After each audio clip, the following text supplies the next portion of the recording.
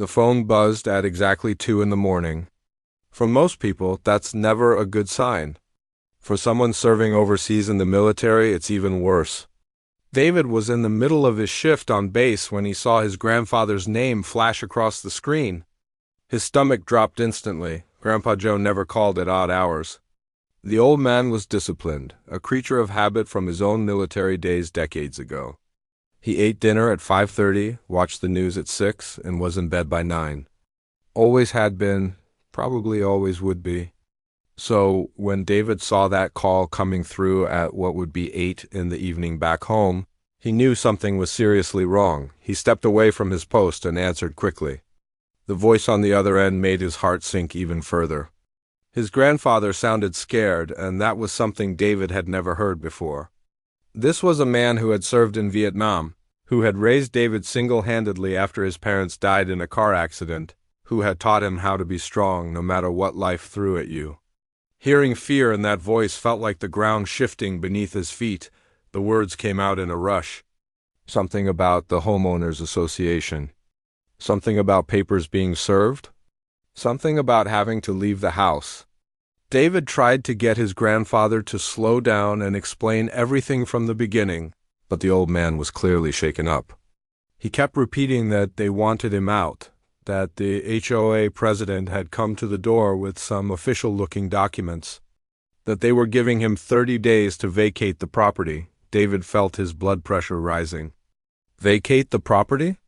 His grandfather had lived in that house for 30 years. David had grown up in that house. Every memory he had of his childhood was tied to that little 3-bedroom ranch with the big oak tree in the front yard. His grandfather had bought it with his military pension and savings back in the 90s. Long before the neighborhood got fancy, long before anyone even knew what an HOA was, he tried to ask questions, tried to understand what violations they were claiming, but the connection was terrible. The call kept cutting in and out, words getting lost in static. David caught bits and pieces. Something about the lawn. Something about vehicles. Something about community standards. None of it made any sense. His grandfather kept his property immaculate. The man was out there every Saturday morning, trimming hedges and pulling weeds like clockwork. Then the line went dead completely. David tried calling back 3 times, but it wouldn't connect. The base internet was restricted, so he couldn't even video call or send a message. He stood there in the hallway, phone in hand, feeling more helpless than he had in years.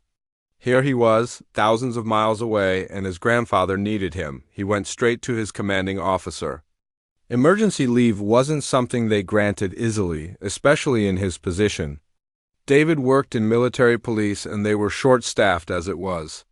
But when he explained the situation, his CO saw the look on his face and started the paperwork immediately. It would take a few days to process everything and arrange transport. But David would get home. Those 3 days felt like 3 months. David couldn't focus on anything. He kept thinking about his grandfather alone in that house, probably not sleeping, probably worried sick. The old man had already been through so much in his life. He'd lost his wife to cancer 15 years ago. He buried his only son and daughter-in-law. His health wasn't what it used to be either. The last thing he needed was stress like this. David tried researching HOAs on the limited internet access he had. What he read made him angry. Stories of power-hungry board members targeting residents over the tiniest things. People getting fined hundreds or thousands of dollars for having the wrong color mailbox or planting flowers without approval. Elderly folks being harassed out of homes they'd lived in for decades. It was like some kind of legalized bullying, but eviction? That seemed extreme even for the worst HOA stories he was reading. You couldn't just kick someone out of their own home over minor violations. There had to be more to this. David made a mental note to get copies of everything as soon as he landed. The papers they served, the HOA bylaws, the violation notices, all of it. If someone was messing with his grandfather, they were going to regret it. The flight home was the longest of David's life. He sat in his seat, leg bouncing nervously, running through scenarios in his head. Maybe this was all a misunderstanding. Maybe his grandfather had misread the papers. Maybe it was just a scare tactic and nothing would actually come of it. But something in his gut told him this was real. And it was serious. When the plane finally touched down, David didn't even stop at his own apartment. He rented a car at the airport and drove straight to his grandfather's house. It was late afternoon and the neighborhood looked the same as always. Nice houses, well-kept lawns, quiet streets. But something felt different. There was a tension in the air he couldn't quite name. He pulled into the driveway and saw his grandfather sitting on the front porch. The old man looked smaller somehow, like the weight of the world had settled on his shoulders. When he saw David get out of the car, his face crumpled with relief. They hugged for a long time, neither saying anything at first. Then his grandfather handed him a stack of papers. David sat down on the porch steps and started reading, and with each page his jaw tightened a little more. This wasn't just happening. Someone was actively trying to force his grandfather out of his home. And from what he could see, they'd been planning it for a while. The next few weeks were going to be interesting. Because whoever was behind this had made one very big mistake. They had no idea who they were messing with, and they definitely had no idea what David did for a living. By the time this was over, they were going to wish they'd never knocked on his grandfather's door. But first, David needed to understand exactly what he was dealing with. He looked at his grandfather and said what he'd been trained to say in situations like this. Let's gather all the facts, figure out who's behind this, and then we'll handle it the right way. The military way, his grandfather nodded, some of that old strength coming back into his eyes. Having his grandson home changed everything. He wasn't alone anymore. And the people who thought they could push around an elderly veteran were about to learn a very hard lesson about respect. The next morning, David woke up early and walked around his grandfather's property with fresh eyes. He'd grown up here, knew every corner of this place, but now he was looking at it differently. He was looking at it the way an inspector would, trying to find whatever violations they were claiming. The lawn was perfect. Maybe the grass was a quarter-inch longer than some obsessive person might like, but it was neat and green and clearly well-maintained. The flower beds his grandmother had planted years ago were still there, a little wild maybe, but beautiful. The driveway had a small crack, but nothing unusual for a 30-year-old house. Everything looked normal. Everything looked like a home that was loved and cared for. Then David saw them. Little orange notices stuck to the front door, the garage, even one on the mailbox. He pulled them off one by one, his anger building with each one he read. Lawn height violation. Unauthorized vehicle storage. Exterior paint non-compliance. Decorative items not approved by architectural committee. The list went on and on. He looked at the garage. Through the window, he could see his grandfather's old Mustang. That car had been in the family since David was a kid. His grandfather had restored it himself, working on it every weekend for years. It was his pride and joy. And now someone was calling it an unauthorized vehicle? It was in the garage, not even visible from the street. David went back inside and found his grandfather making coffee in the kitchen. The old man looked like he hadn't slept much. There were dark circles under his eyes, and his hands shook slightly as he poured the coffee. It broke David's heart to see him like this. They sat at the kitchen table, and David spread out all the papers. There were dozens of violation notices, each one more ridiculous than the last. But what really caught his attention was the main eviction document. It was scheduled for something called a compliance hearing in 1 week. The letter stated that law enforcement would be present to ensure the process went smoothly, and to remove the occupant if necessary. That phrase made David's blood run cold. Remove the occupant. They were talking about his grandfather like he was some kind of criminal squatter, not a man who'd owned this house for 3 decades. He asked his grandfather to tell him everything from the beginning. The old man took a sip of coffee and started talking. It had begun about 6 months ago, he said. The HOA had new leadership, a woman named Patricia Henley. She'd run for president on a platform of raising property values and maintaining community standards. Sounded good at first. People voted for her, but things changed quickly after she took over. Suddenly there were new rules. The HOA meetings moved from evening times to Tuesday mornings at 10, when most working people couldn't attend. Fines for violations increased from $50 to $500. The Architectural Review Committee, which used to approve most reasonable requests, started denying everything. His grandfather had tried going to a meeting once, but he was the only person there besides Patrick, Ia, and two board members he didn't recognize. When he asked about the sudden rule changes, Patricia told him everything was done according to proper procedure. She was polite but cold. Made him feel like he was wasting her time. Then the notices started. First just one or two for things he didn't even understand, then more and more. He tried to fix whatever they complained about, but new violations kept appearing. It felt like harassment, but he didn't know what to do about it. He was 82 years old.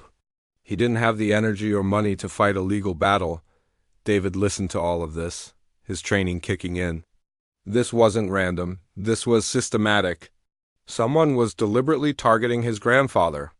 But why? He decided to do what he did best, investigate. First stop was talking to the neighbors. He walked next door to Mrs. Chun's house.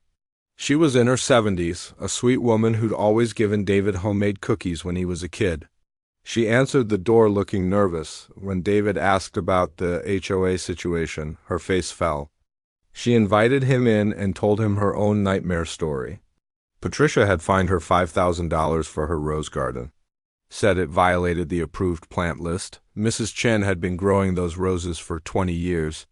She couldn't afford the fine, so she dug up every single bush and planted boring shrubs from the approved list instead. She cried while telling David this. He visited 3 more neighbors that afternoon. Every single one had a horror story. Mr. Patterson down the street had been cited for his late wife's bird feeder. He'd taken it down, but they found something else to complain about.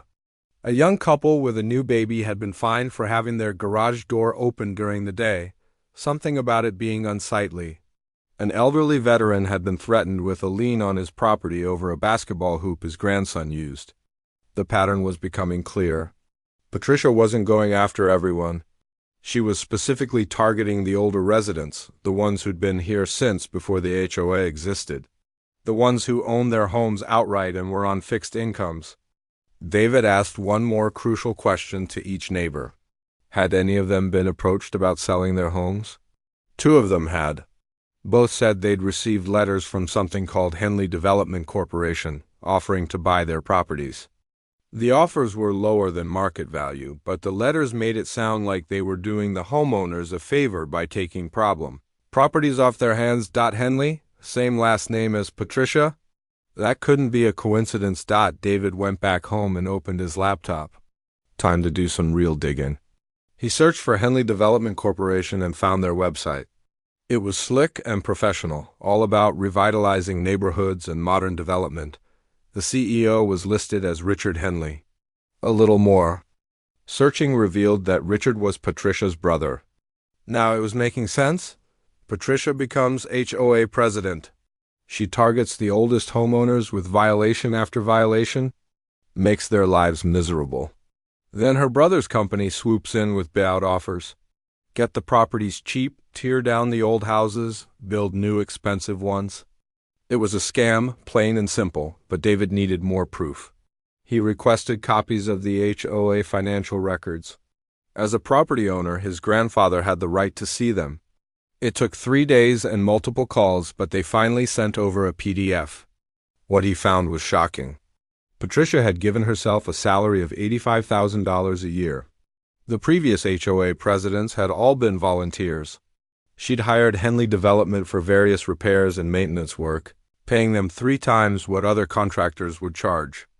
She'd amended the bylaws to give herself more power.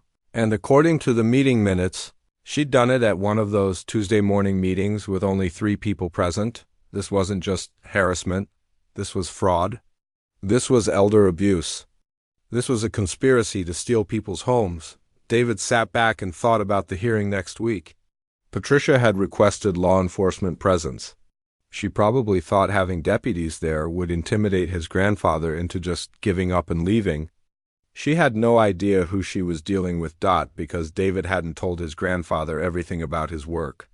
Yes, he was military police, but he'd recently been promoted to captain. He commanded the regional MP unit, which meant he worked very closely with local law enforcement. He knew the sheriff. He knew most of the deputies. And they knew him. A plan was forming in David's mind. Patricia wanted law enforcement at her hearing.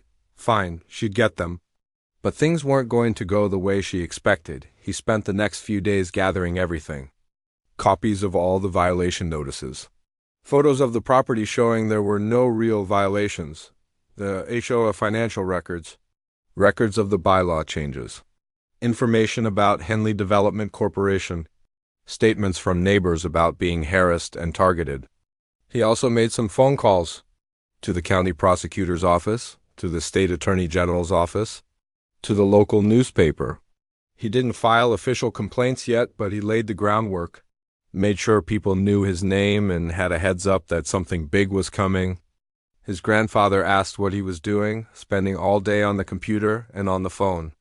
David just smiled and told him not to worry. He had everything under control. They weren't going anywhere. This was their home, and no corrupt HOA president was going to take it from them. The old man seemed to stand a little taller after that. Some of the fear left his eyes. He started eating properly again. Even went out and washed the Mustang, making it shine like new. If Patricia wanted to complain about that car, she could do it to both of them. The hearing was in 3 days. David pressed his dress uniform and made sure all his medals were properly placed. He'd worn that uniform to ceremonies and official functions, but never to something like this. Patricia Henley wanted to play games with his family. She was about to find out that some games have consequences. David spent the next 3 days buried in documents and computer screens. His grandfather kept asking if he needed help, but David insisted he had it covered. The truth was, what he was finding made him angrier by the hour, and he didn't want his grandfather to see just how deep this corruption went. The OA had been around for about 8 years. For the first 7, it was run by volunteers who actually cared about the neighborhood. They organized block parties, kept the common areas maintained, and mostly left people alone. The fees were reasonable, around $50 a month, and the reserve fund grew steadily. Then Patricia Henley showed up. She'd moved into the neighborhood 2 years ago, buying one of the newer houses at the far end of the development. She immediately joined the HOA board as secretary, and by all accounts she seemed helpful at first. She volunteered for everything, took meeting notes, and made herself indispensable. Last year, when the previous president retired and moved to Florida, Patricia ran for the position. She was the only candidate. She won by default. And that's when everything changed. David pulled up the meeting minutes from her first month as president. She'd called a special meeting on a Tuesday morning. Only 4 people showed up. At that meeting, she proposed and passed amendments to increase her own compensation, expand her authority, and change the fine structure. The vote was 3-1, with her 2 supporters being people David had never heard of. More digging revealed they'd both moved into the neighborhood right around the same time. Patricia did dot it smelled like a setup from the beginning. The financial records told an even worse story. In the year since Patricia took over, the HOA had spent over $300,000. The previous year, they'd spent $40,000. Where did all that money go? According to the records, it went to maintenance, repairs, legal fees, and administrative costs. But when David looked closer, almost all of it went to just 3 companies: Henley Development Corporation for construction and repairs, Henley Legal Services for HOA legal representation, and Prestige Property Management, which handled administrative services. A quick search showed that Prestige Property Management was owned by someone named Victoria Henley, Patricia's sister. This was a family operation. They'd essentially turned the HOA into their personal piggy bank, funneling money from homeowner fees into their own businesses. And when the reserve fund started running low, they ramped up the fines to keep the cash flowing, but that wasn't enough for them. The real money was in the properties themselves. The neighborhood had gotten popular over the last decade. What used to be a working-class area was now prime real estate. Young professionals wanted to live here. Tech companies had opened offices nearby. Property values had tripled. The old houses, like his grandfather's, were sitting on land worth serious money. A developer could buy one of these properties, tear down the old ranch house, and build a modern two-story home worth twice as much. That's exactly what Henley Development wanted to do. David found the evidence in the public records. Over the past year, Henley Development had purchased 4 properties in the neighborhood, all from elderly owners, all for below market value. 3 of those properties had already been demolished and rebuilt. The 4th was under construction. Each new house sold for over $1 million. The math was simple. If Patricia could force out the remaining 10 original homeowners and her brother could buy their properties cheap, the family stood to make millions in profit. All they had to do was make life miserable enough that these elderly folks gave up and sold. It was disgusting. It was predatory.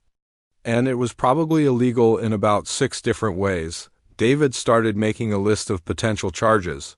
Fraud, definitely. Embezzlement of HOA funds? Elder abuse. Conspiracy to commit fraud, harassment, filing false legal documents. The list grew longer as he dug deeper. He found something else interesting, too. Patricia had been involved in HOA disputes before. In her previous neighborhood, she'd been sued by 3 different homeowners for harassment. The cases were settled out of court with confidentiality agreements, but the court dockets were public record. She had a pattern of this behavior. David picked up the phone and called an old friend from his unit who'd become a real estate attorney. He laid out everything he'd found and asked for advice. His friend was quiet for a long moment, then let out a low whistle. "This was big," he said. "Really big."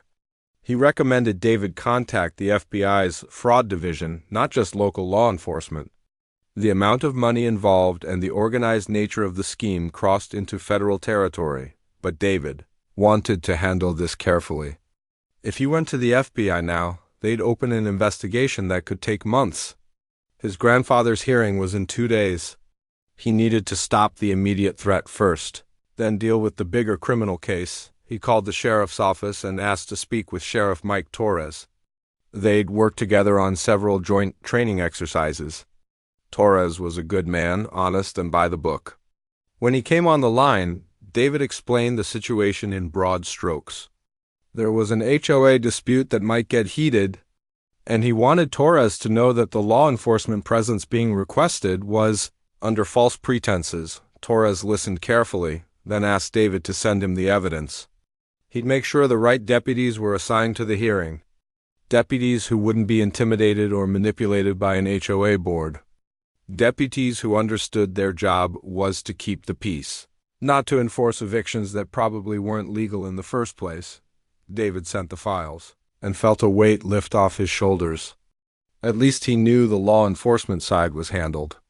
Patricia couldn't use deputies as her personal security team to scare his grandfather. That evening, David sat down with his grandfather and showed him some of what he'd found. Not everything. The old man didn't need to know all the ugly details yet, but enough to understand this wasn't about property violations. This was about money and greed. His grandfather shook his head sadly. He'd lived through a lot in his 82 years. Wars, personal tragedies, economic hardships. But he'd always believed most people were fundamentally decent. Finding out someone was deliberately trying to steal his home just for profit, it hurt him in a way David could see. But then the old man's jaw set in that stubborn way David remembered from childhood. The way it looked when his grandfather decided he wasn't backing down from something. Good, David thought. They were going to need that stubborn strength for what was coming. The day before the hearing, David went to visit Mrs. Chun again. He told her what he'd learned and asked if she'd be willing to attend the hearing as a witness. She was scared, but she agreed. He visited the other neighbors too. Mr. Patterson said he'd be there.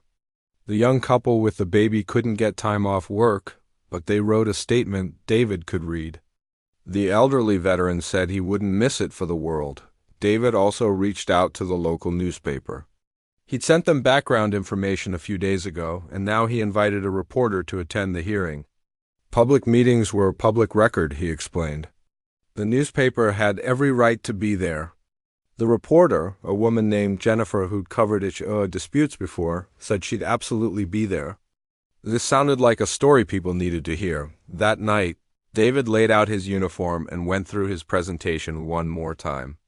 He had printed copies of all the financial records, all the violation notices, all the evidence of the Henley family's scheme. He'd organized it into a clear, logical case that anyone could follow. He wasn't nervous. He'd briefed generals before. He testified in court-martial proceedings. He'd handled situations with much higher stakes than an HOA hearing. But this one was personal. This was his family. This was his home. His grandfather was asleep by 9, just like always. David checked on him once before going to bed himself. The old man looked peaceful, more relaxed than he'd been in weeks. He trusted David to handle this. And David wasn't going to let him down. Tomorrow was going to be interesting. Patricia Henley had carefully constructed this whole scheme, thinking she was untouchable. She'd manipulated rules and procedures, hidden behind legal language and official-looking documents. She'd counted on her victims being too old, too tired, or too scared to fight back, but she'd made one critical mistake. She'd targeted the wrong family. She'd gone after a man who had a grandson in military law enforcement, someone who knew how to investigate, how to build a case, and how to present evidence in a way that couldn't be ignored. Patricia wanted this hearing to be a formality, a rubber stamp on her eviction plan. Instead, it was going to be the beginning of the end of her entire operation. By this time tomorrow, she'd realized she'd just walked into a trap of her own making. David set his alarm for 6. He wanted to be at that community center early, wanted to see Patricia's face when he walked in wearing his uniform, wanted to watch her realize that this wasn't going to go the way she'd planned. Justice was coming. And it was coming in dress blues with a chest full of medals and a folder, full of evidence that was going to blow her whole scheme wide open. The next 24 hours were going to change everything. The morning of the hearing arrived with bright sunshine, the kind of perfect day that felt wrong for what was about to happen. David was up at 5:30, earlier than his alarm. He couldn't sleep anyway. He showered, shaved carefully, and put on his dress uniform with the precision that had been drilled into him over years of service. Every ribbon was placed exactly right. Every medal hung perfectly. His shoes were polished to a mirror shine. When he looked at himself in the mirror, he saw a military police captain in full dress uniform. Patricia Henley was expecting some scared elderly man and maybe his concerned grandson. She was going to get something very different. His grandfather was already up, dressed in his best suit. It was the same one he wore to church, navy blue and slightly worn but clean and pressed. The old man looked nervous but determined. David gave him a reassuring smile and a firm pat on the shoulder. Today was their day. They arrived at the community center 45 minutes early. The hearing was scheduled for 10, but David wanted to be there first. He wanted to choose where they sat, wanted to watch everyone else arrive. It was a tactical advantage. Small but meaningful, the meeting room was set up with a long table at the front for the HOA board and rows of chairs facing it. Patricia had clearly expected a small crowd. There were maybe 30 chairs total. David and his grandfather took seats in the front row, right in the center where everyone would see them. People started trickling in around 9:30. Mrs. Chun arrived, clutching her purse nervously. David waved her over and she sat next to them, visibly relieved to have support. Mr. Patterson came in, walking with a cane but standing tall. The elderly veteran arrived in his old army jacket, pins and patches showing his own service. Jennifer from the newspaper slipped in quietly and took a seat in the back, notepad ready. Then the deputies arrived, 2 of them in full uniform. David recognized them both. Deputy Miller and Deputy Jackson. Good people, professional. They saw David and their eyes went wide. Miller gave a small nod. Jackson's hand actually moved like he was about to salute before he caught himself. They positioned themselves at the back of the room, clearly there to observe, not to take sides. At exactly 10 o'clock, Patricia Henley walked in with 2 other board members and a man in an expensive suit who was obviously a lawyer. Patricia was in her early 50s, dressed in a business suit, her hair pulled back severely. She carried herself with the air of someone used to being in charge, and getting her way, she walked to the front table without looking at the audience. organizing her papers and speaking quietly with her lawyer.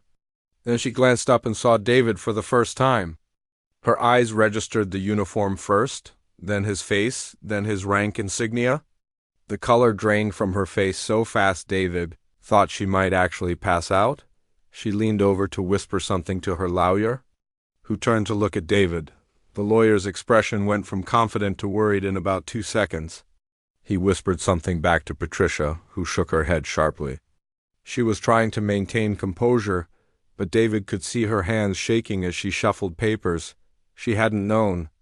She'd had no idea that the elderly man she was trying to evict had a grandson who was a military police captain. And she definitely hadn't known that the law enforcement she'd requested would know him and respect him. Patricia called the meeting to order, her voice not quite as steady as she probably wanted. She went through some opening remarks about community standards and property values, the usual HOA speech. Then she moved to the main agenda item, the compliance hearing for Joseph Reynolds, David's grandfather. She started reading off the violations: lawn maintenance issues, unauthorized vehicle storage, non-compliant exterior paint, unapproved decorative items. She made it sound official and serious, like these were major infractions that threatened the entire neighborhood. When she finished, she looked at David's grandfather and asked if he had anything to say in his defense. Before the old man could speak, David stood up. Patricia's eyes widened. He introduced himself clearly and formally. Captain David Reynolds, United States Army Military Police. He was here representing his grandfather and speaking on his behalf. Was that acceptable under HOA procedures? Patricia looked at her lawyer. The lawyer, clearly thrown off his game, stammered that, yes, family members could speak at hearings. Patricia had no choice but to nod. David thanked her politely and then began. He started with the basics. His grandfather had owned this property for 30 years. He'd been a model resident, maintaining his home, paying his fees on time, and causing no problems for anyone. These violations had only appeared in the last few months under Patricia's leadership. Interesting timing. He approached the front table and handed Patricia a folder. Copies for the board, he explained. She opened it reluctantly. Inside were photos of his grandfather's property, clearly showing that the lawn was well maintained, the paint was fine, and there were no unauthorized vehicles visible. The Mustang was in the garage where it had always been, not visible from the street and therefore not subject to HOA rules about vehicle storage. Patricia tried to interrupt, but David kept going. He'd done his research on the HOA bylaws, he explained. The original bylaws, not the amended ones. And according to those bylaws, violations had to be clearly documented with photographic evidence, and the homeowner had to be given a reasonable opportunity to correct them before any fines or eviction proceedings could begin. None of that had happened here, the lawyer whispered to Patricia again. She was visibly flustered now, her face red. She tried to argue that the bylaws had been properly amended, but David was ready for that too. He pulled out another document. The meeting minutes from the day those bylaws were changed. A Tuesday morning meeting with only 4 people present. He contacted the other homeowners, he explained. None of them had received proper notice of that meeting. The HOA bylaws required 7 days written notice for any meeting where votes would be taken. The notice for that meeting had gone out only 3 days before, and it hadn't mentioned anything about bylaw changes that made the vote invalid, which meant the bylaw changes were invalid, which meant Patricia's expanded authority and increased fines were invalid.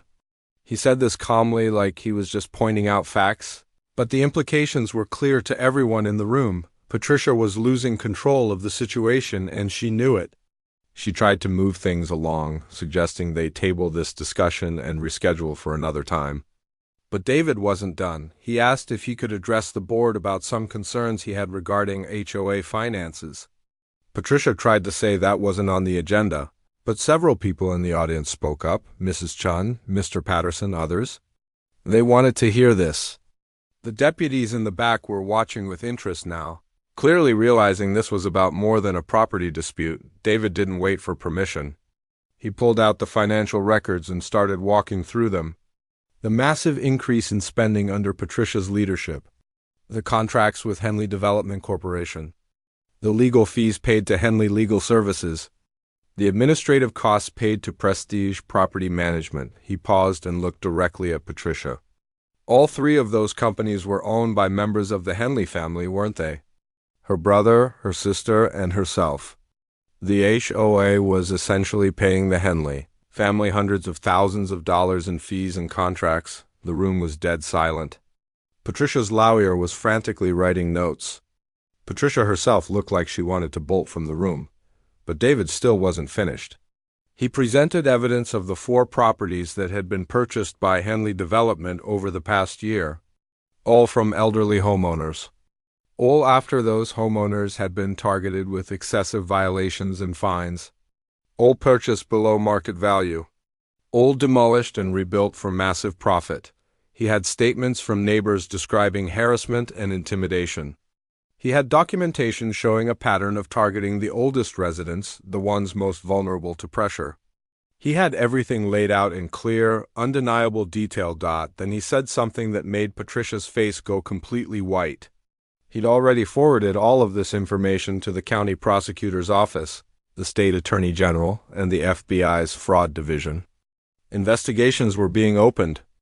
The AOS financial records were being subpoenaed. Henley Development Corporation was being audited. Patricia found her voice then, trying to sound outraged. This was slander, she said. She'd sue him for defamation. Her lawyer tried to calm her down, but she was panicking now. David remained calm. Everything he'd said was backed by documents and public records. Truth is an absolute defense against defamation. She was welcome to sue him if she wanted, but he'd recommend she save her money for the legal defense. She was going to need. The deputies in the back exchanged glances. Deputy Miller stepped forward and asked if Patricia wanted them to stay.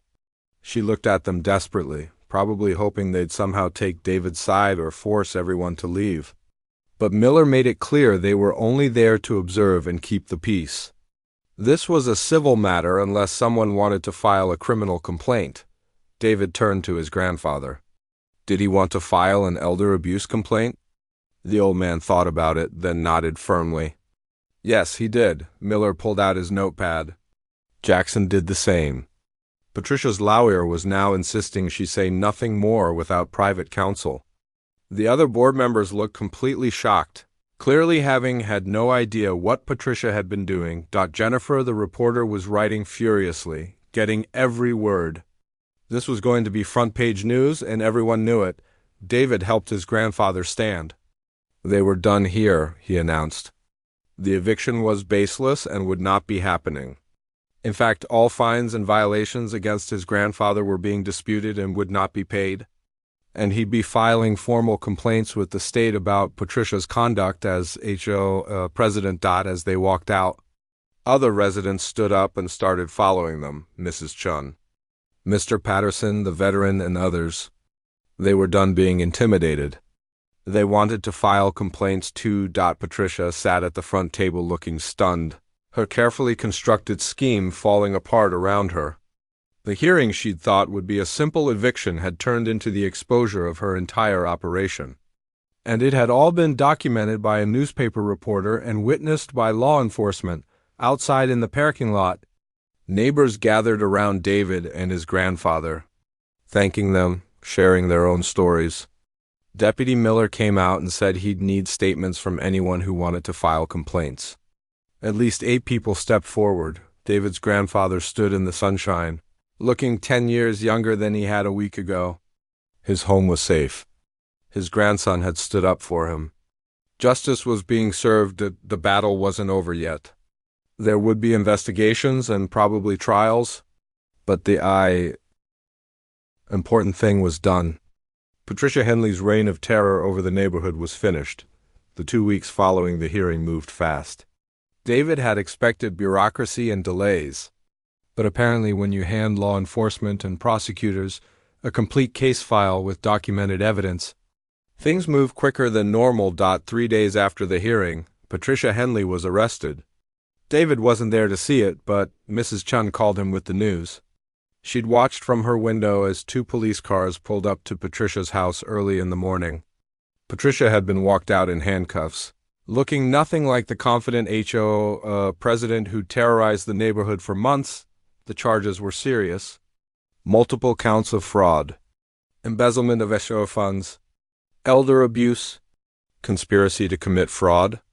The prosecutor had even added charges related to filing false legal documents, since those eviction notices Patricia had been serving weren't legally valid. Each charge carried potential prison time. Her brother Richard and sister Victoria were arrested the same day. The FBI had moved fast once they saw the evidence David provided.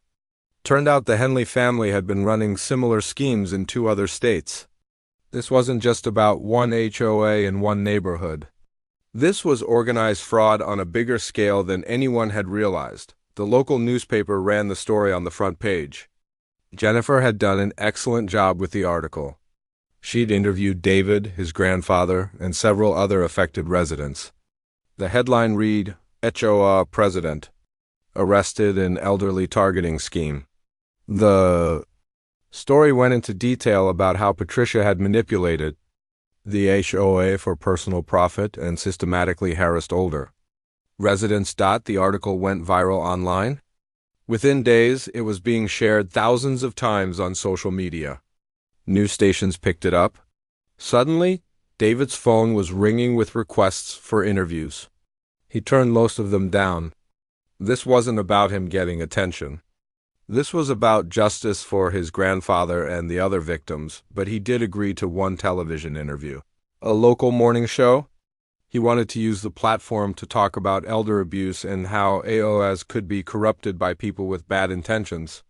He encouraged other people who felt they were being targeted to document everything, keep records, and not be afraid to ask for help. The response was overwhelming. The station got hundreds of calls and emails from people sharing their own HOA horror stories. Some were as bad as what Patricia had done.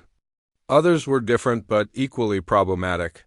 It became clear this was a bigger issue than just one corrupt president. Meanwhile, back in the neighborhood, things were changing rapidly. Patricia's 2 board member supporters had resigned immediately after her arrest. The remaining board members called an emergency meeting, this time properly noticed and held in the evening when people could actually attend. David attended with his grandfather. The community center was packed. Every seat was filled and people stood along the walls. Everyone wanted to know what would happen next. The remaining board members apologized. They admitted they hadn't been paying close enough attention. They'd trusted Patricia and hadn't questioned her decisions. It was a failure of oversight, and they took responsibility for it. Then they announced immediate changes. All of Patricia's bylaw amendments were being reversed. The HOA was returning to the original rules that everyone had agreed to. All fines issued during Patricia's tenure were being reviewed, and most would be voided. Any homeowner who'd been pressured into selling their property would receive assistance. In filing lawsuits against Henley, Development. The board also announced they were bringing in a professional management company to audit the finances and help restructure the HOA. Not Prestige Property Management, obviously.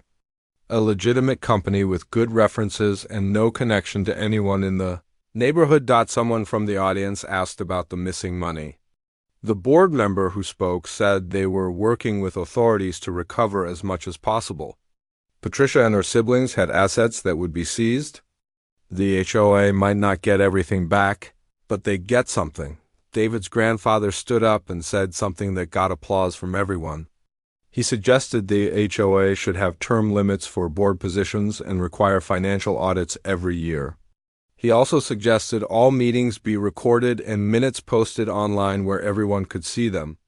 Transparency was the key to preventing something like this from happening again. The board agreed to put all those suggestions to a vote at the next official meeting. David had a feeling they'd all pass unanimously. As the meeting broke up, people kept coming up to David and his grandfather to thank them. Mrs. Chun hugged them both, tears in her eyes. She'd already replanted her rose garden, she told them. She didn't care what any future HOA president said. Those roses were staying. Mr. Patterson shook David's hand firmly. He put his late wife's bird feeder back up, too. It helped him feel connected to her memory. and no one was going to make him take it down again. The elderly veteran told David he was proud of him. Saad, it reminded him that the military training they'd both received wasn't just about following orders. It was about standing up for what's right and protecting people who couldn't protect themselves. Over the next week, more good news kept coming. The state attorney general's office announced they were launching a broader investigation into HOA fraud across the state. David's case had opened their eyes to how vulnerable these organizations were to corruption. They were developing new regulations and oversight requirements. A victims' rights organization reached out to help the affected homeowners file a class action lawsuit against the Henley family and their companies. They were seeking damages for emotional distress, lost property value, and in some cases, the cost of properties that had been sold under pressure. The 4 homeowners who'd sold to Henley Development were especially relieved. The organization thought they had a strong case to void those sales based on fraud and duress. It might take time, but there was hope they could get their properties back, or at least receive fair compensation. David's grandfather was doing better than he had in months. The stress that had been aging him rapidly was gone. He was eating well, sleeping through the night, and had even started working on his Mustang again. He'd been too worried to enjoy it before, but now he spent Saturday mornings in the garage, tinkering and polishing. Happy as could be, David had to return to base eventually. His emergency leave was ending and duty called. But before he left, he made sure his grandfather was set up with security. He installed cameras around the property, not because he expected more trouble, but because peace of mind was important. He also made sure his grandfather had the direct numbers for the sheriff's office and several deputies who'd promised to keep an eye on things. The neighborhood organized a thank you dinner for David before he left. They rented out a room at a local restaurant, and at least 40 people showed up. They presented him with a plaque thanking him for his service both to his country and to his community. His grandfather beamed with pride the entire evening. In his speech, David tried to deflect the praise.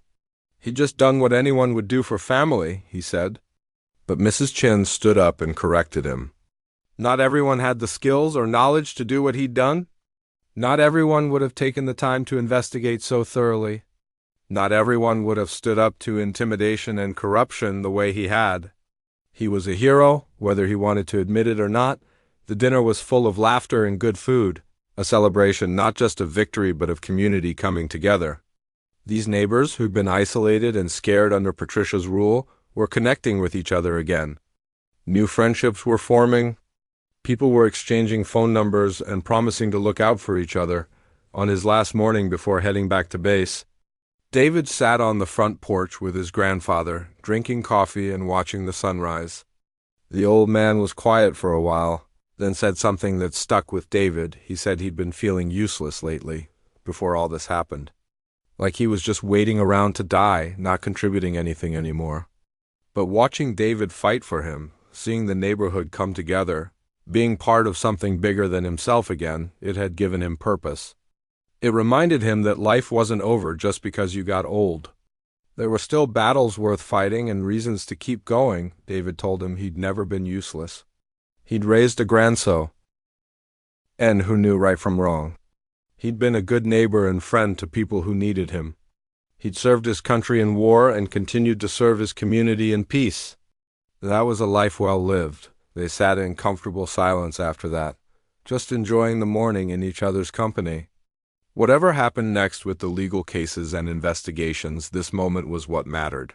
Family, home, justice. The important things. David left that afternoon, but he called his grandfather every few days. The old man always had updates. The investigation was moving forward. More evidence had been found. The trial date was being set. The HOA had hired the new management company and things were running smoothly. The neighborhood was healing. 3 months later, Patricia Henley pleaded guilty to all charges in exchange for a reduced sentence. She got 8 years in federal prison. Her brother got 10. Her sister got 5. All 3 were ordered to pay restitution to the HOA and the affected homeowners. Their assets were seized, including the properties they'd fraudulently acquired. The 4 homeowners who'd sold got their houses back. Henley Development had to tear down the new construction they'd started and restore the properties. It was expensive for them, but that was the price of fraud. The HOA recovered most of the stolen money. Between the restitution and the seized assets, they actually ended up with more in their reserve fund than they'd had before Patricia took over. They used some of it to make improvements to the common areas and to help elderly residents with home maintenance they'd been putting off due to financial pressure. David's grandfather lived in his house for 5 more years before health issues required him to move to assisted living, but he never regretted staying and fighting. He'd pass away peacefully at 87. Knowing his home was safe and his neighborhood was better because he'd had the courage to ask for help when he needed it. David kept that plaque from the neighborhood dinner on his office wall. Whenever he had a tough day or questioned whether his work mattered, he'd look at it and remember, sometimes justice isn't complicated. Sometimes it's just about standing up for people who can't stand up for themselves. Sometimes it's about family. And sometimes the people who think they're above the law find out the hard way that nobody is, especially when they mess with the wrong family. Patricia Henley had thought she was clever, targeting vulnerable elderly people who wouldn't fight back. She'd never imagined that one of those elderly people had a grandson who not only would fight back, but had all the skills and resources to win. The neighborhood thrived after that. New families moved in, attracted by the genuine community spirit. The elderly residents stayed, supported, and respected. The HOA functioned the way it was supposed to, as a service to homeowners rather than a tool for exploitation. And every year on the anniversary of that hearing, the neighborhood had a block party. They called it Community Day, and it was a celebration of what they'd overcome together. David couldn't always make it with his military duties, but when he did, he was treated like the hero he'd always insisted he wasn't. But to his grandfather and the neighbors he'd helped save, he absolutely was. And that was what mattered.